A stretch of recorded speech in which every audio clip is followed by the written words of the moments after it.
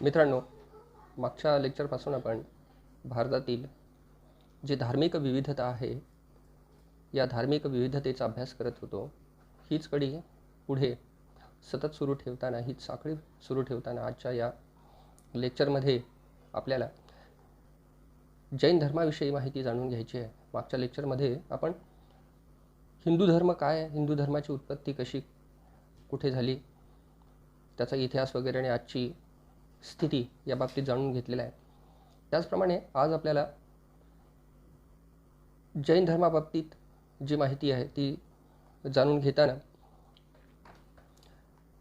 सर्वप्रथम या सत्यावर प्रकाश टाकावा लागेल की जैन धर्म हा धर्म मूळचा भारतीय धर्म आहे. भारतभूमीत रुजलेला, वाढलेला आणि निर्माण झालेला हा धर्म आहे. सत्य हेही आहे की या धर्माची जी निर्मिती आहे ती वैदिक धर्माच्या ज्या काही प्रथा, परंपरा आणि कर्मकांड यांच्या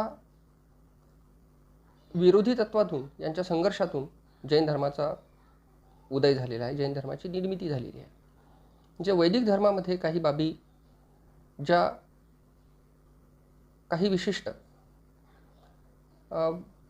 विचार परंपरेला पटल्या नाहीत, त्यातून द्वंद्व निर्माण झाले आणि त्या वैचारिक द्वंद्वातून जैन धर्माचा उदय झालेला आहे. ज्या कर्मकांडविषयक बाबी आहेत त्या बाबींना जैन धर्म विरोध करतो. दुसरं म्हणजे की जैन धर्म पूर्णपणे निरीश्वरवादी धर्म आहे. वैदिक धर्मामध्ये ईश्वराचं अस्तित्व मान्य केलेलं आहे. त्यामुळे हा धर्म वैदिक धर्मातून एक वेगळं तत्त्वज्ञान घेऊन, एक सुधारवादी तत्त्वज्ञान घेऊन निर्माण झालेला आहे. ही बाब प्रामुख्याने इथे नोंद करण्यासारखी आहे. व या धर्माचे संस्थापक म्हणजे कोण आहेत, तर आपण असं मानतो आणि ते सत्यही आहे की या धर्माचे संस्थापक भगवान महावीर हे या धर्माचे संस्थापक आहेत असं आपण मानतो. तरीसुद्धा ही बाब इथे अधोरेखित करणं महत्त्वाचे आहे की भगवान महावीर तर आहेच, त्यांनी बऱ्याचशा बाबी नाविन्याने या धर्मामध्ये आणल्या. असं असलं तरी भगवान महावीर हे या धर्माचे 24वे तीर्थंकर आहेत.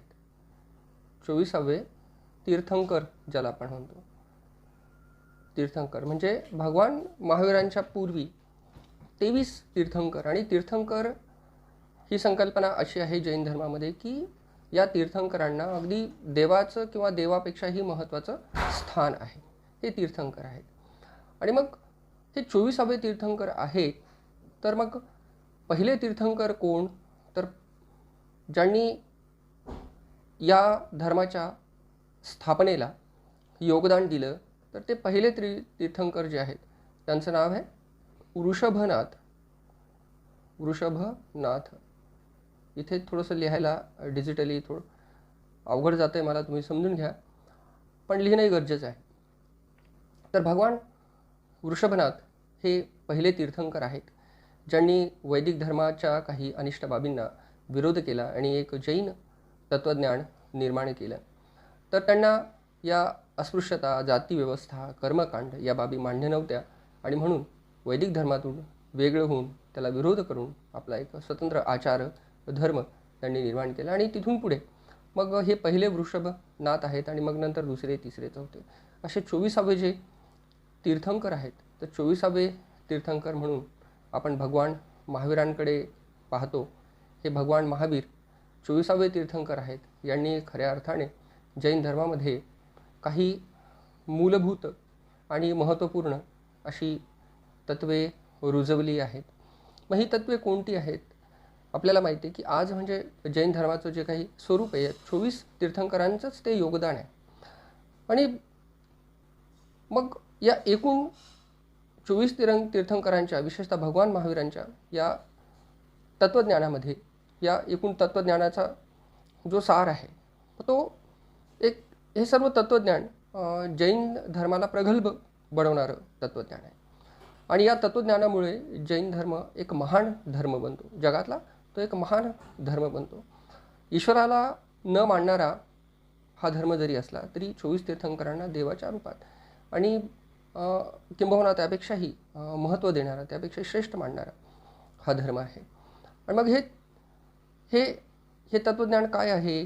तर हे तत्त्वज्ञान साधारणपणे आपल्याला सांगता येईल की हा धर्म अतिशय मानवतावादी धर्म आहे. हा धर्म प्रत्यक्षवादावर भर देतो. हा धर्म कुठल्याही खुळचट कल्पनांना स्थान देत नाही. आणि म्हणून या धर्माचं जे तत्त्वज्ञान आहे ते प्रत्यक्षवादी, एक पॉझिटिव्ह ज्याला आपण म्हणतो असं ते तत्त्वज्ञान आहे. मग काय आहे या तत्त्वज्ञानामध्ये? तर काही बाबी आपल्याला पाहायला मिळतात की सर्वप्रथम हा धर्म अहिंसावादी आहे. म्हणजे कोणत्याही प्रकारच्या हिंसेला या धर्मामध्ये स्थान नाही. या जीवसृष्टीत, या भूतलावर जी काही जीवसृष्टी आहे आणि जे जीव इथे निवास करतात ते सर्व जीव महत्त्वाचे आहेत. कुणाची हिंसा करू नये असं ते मानतात. अहिंसा ठेवावी. मानवाकडे, एका व्यक्तीने दुसऱ्या व्यक्तीकडे पाहताना मानवतावादी दृष्टिकोनातून पाहावं असा हा धर्म शिकवतो. जगाच्या पाठीवर हा एकमेव असा धर्म आहे जो मानवतेचा संदेश देतो. आणि मग अहिंसासोबत सत्य, कोणत्याही प्रकारच्या असत्याला इथे स्थान नाही. सत्य, ट्रूथ ज्याला आपण म्हणतो, सत्याची बाजू धरणारा, सत्याचीच कास धरणारा, आयुष्यात नेहमी सत्य हेच मूलभूत तत्त्व अंगीकारून प्रत्येक जैन धर्मी आपलं जीवन जगतो. आणि सत्य, अहिंसा, अस्तेय असं एक तत्त्व आहे. अस्तेय, इथे अक्षर थोडंसं तुमच्या लक्षात येईल कारण पेनने लिहिणं थोडं इथे अवघड जातं आहे मला स्क्रीनवर, अक्षर खराब येतं आहे. तर अस्तेय, हे अस्तेय म्हणजे काय? अस्तेय म्हणजे चोरी करू नये, लबाडी करू नये या अर्थाचा ते तत्त्वज्ञान, या अर्थाचं ते मूल्य आहे. आणि त्यानंतर अपरिग्रह. अपरिग्रह असं. अपरिग्रह म्हणजे काय? तर अपरिग्रह म्हणजे कोणत्याही प्रकारच्या संपत्तीचा, द्रव्याचा लोभ धरू नये, याचा अर्थ अपरिग्रह असा आहे.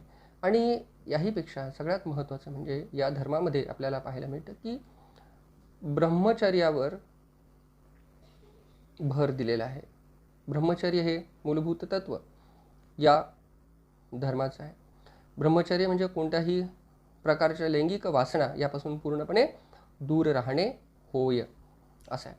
भगवान महावीरांकडे आपण जर बघितलं तर भगवान महावीर ज्यांनी आपल्या सर्व इंद्रियांना ताब्यात ठेवलं होतं, सर्व इंद्रियांना वश त्यांनी केलं होतं, सर्व इंद्रियांवर त्यांनी विजय मिळवलेला होता, सर्व इंद्रियांना त्यांनी जिंकून घेतलं होतं. जिंकणे म्हणजेच जैन या अर्थाचा तो पुढे शब्द रूढ झाला. जो तो जैन म्हणजे इंद्रियांवर ताबा मिळवणारा जो व्यक्ती तो जैन, अशा आशयाचं सार या शब्दामध्ये दडलेलं आहे. तर हे तत्त्वज्ञान, हे मूलभूत असं तत्त्वज्ञान, अतिशय प्रेशियस, अतिशय मूल्यवान असं तत्त्वज्ञान या जैन धर्मामध्ये आपल्याला पाहायला मिळतं. आणि फक्त एवढंच का? तर एवढं नाही, याच्या पुढे जैन धर्म हा एक कर्म सिद्धांतावर भर देतो. कर्मसिद्धांत म्हणजे हा कर्मसिद्धांत काय आहे? तर जैन धर्मामध्ये एक आत्मा जो आहे, आत्म्याच्या अस्तित्वावर जैन धर्मामध्ये भर दिलेला आहे. म्हणजे आत्म्याचं अस्तित्व मान्य केलेलं आहे आणि जीवन जगताना हा आत्मा मान्य करून, आत्म्याला कन्सिडर करून, त्याला मान्यता देऊन, परंतु हा आत्मा कर्मापासून पूर्णपणे विलग करून एक शुद्ध आत्मा तयार करणे आणि मोक्षाची प्राप्ती करणे हे अंतिम ध्येय प्रत्येक जैन धर्मियाचं आहे, असलं पाहिजे असं तत्त्वज्ञान या जैन धर्मामध्ये सापडतं. याला आपण कर्मसिद्धांत असं म्हणू. म्हणजे आत्मा आहे तर आत्मा हा ज्याला आपण जीव असं जैन धर्मामध्ये म्हटलेला आहे, तो जीव, त्यानंतर अजीव, अजीव म्हणजे सर्व निर्जीव वस्तू या भूतलावरच्या. म्हणजे कर्मसिद्धांतामध्ये कोणत्या बाबी समाविष्ट होतात, तर जीव म्हणजे सजीव सृष्टी नव्हे तर आत्मा या अर्थाचा तो शब्द आहे. तर या कर्मसिद्धांतामध्ये एक जीव आहे, अजीव आहे, जीव, अजीव, त्यानंतर एक आस्त्रव असा शब्द आहे. आस्त्रव याचा अर्थ की सतत, की या जीवाकडे जे कर्म आहे, कर्म त्याला आपण कर्म म्हणतो, तर कर्माचा सतत एक ओघ या जीवाकडे येत असतो. असं सांगितलं गेलं की हा जो जीव आहे त्या जीवाकडे कर्माचा सतत ओघ सुरू असतो आणि मग कर्म त्या आत्म्याकडे स्त्रावत असतात, ज्याला आपण आस्त्रव असं म्हणतो. या जैन धर्मामध्ये या अर्थाने आस्त्रव असं एक तत्व सांगितलेलं आहे. सतत कर्माचं सतत जीवाकडे जाणं, जीवाकडे आकृष्ट होणं, सतत प्रवाह जीवाकडे होणं म्हणजेच आस्त्रव होय. त्यानंतर बंध म्हणजे काय, बंध म्हणजे जीव आणि कर्म जेव्हा दोघांमध्ये एक बंध निर्माण व्हायला लागतं, ही बाब अनिष्ट आहे. म्हणजे कर्म आणि जीव यांचं बंध या अर्थाने बंध हे एक तत्व आपल्याला सापडतं. जे जीव आणि आत्मा यांचं मिलन, की ज्यामुळे आत्मा मलिन व्हायला लागतो, ज्याला आपण बंध कशाचा बंध, तर कर्म आणि आत्म्याचा बंध असं आहे.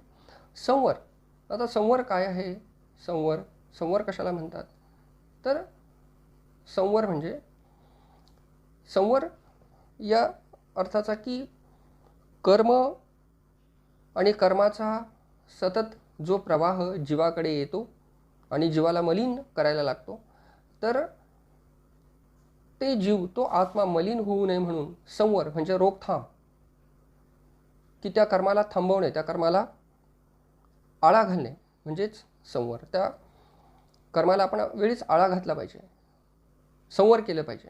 म्हणजे काम, क्रोध, लोभ, मत्सर यापासून दूर राहिलं पाहिजे, याला संवर असं आपण म्हणतो. संवरामुळे की जे कर्म आहे ते आत्म्याकडे येत नाही, त्यामुळे आत्मा शुद्ध राहण्यास मदत मिळते. आणि असं संवर करून सुद्धा जर कर्म आत्म्याकडे, जीवाकडे आलंच, तर त्याचा निर्जरा करणंही आवश्यक आहे. निर्जरा या अर्थाचा शब्द निर्जरा म्हणजे निचरा करणे. म्हणजे संवर करूनही चुकून जर हे कर्म आत्म्याकडे आलं, आत्म्याला त्या कर्माने मलिन केलं, तर पुन्हा तो आत्मा शुद्ध करायचा असेल तर कर्माला आत्म्यापासून दूर केलं पाहिजे, कर्माचा निचरा केला पाहिजे, कर्माचा निर्जरा केला पाहिजे. त्यासाठी उपवास, कडक यातना, अगदी आत्मक्लेश या धर्मामध्ये सांगितलेला आहे, उपवास, तापास अगदी. आणि मग निर्जरा झाल्यानंतर एक अशी अवस्था प्राप्त होते की आत्मा हा कर्मापासून पूर्णपणे मुक्त होतो, आणि जो आत्मा कर्मापासून पूर्णपणे मुक्त होतो त्यालाच मोक्ष प्राप्ती होते. आणि मोक्ष प्राप्ती झाली म्हणजे आत्मा हा जो आहे त्याचं जे चक्र आहे, पुन्हा जन्म घेणं, मृत्यू पावणं, हे सगळं चक्र थांबतं आणि एक सर्वोच्च आनंद, सर्वोच्च एक अचिव्हमेंट, एक ध्येय पूर्ण होतं.